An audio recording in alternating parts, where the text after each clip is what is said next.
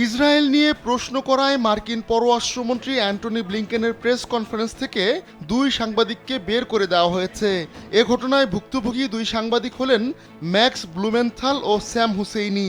এরই মধ্যে হুসেইনিকে জোর করে বের করে দেওয়ার একটি ভিডিও সোশ্যালে ভাইরাল হয়ে গেছে।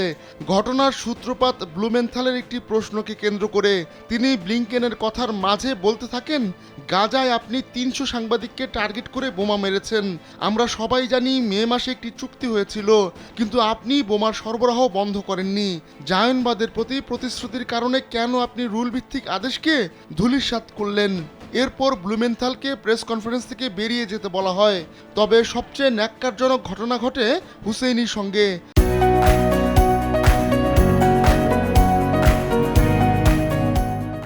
তিনজন পুলিশ কর্মকর্তা তাকে জোর করে প্রেস কনফারেন্স থেকে টেনে হিচড়ে বের করে দেয়। সেই ঘটনা ভিডিওতে ধরা পড়ে।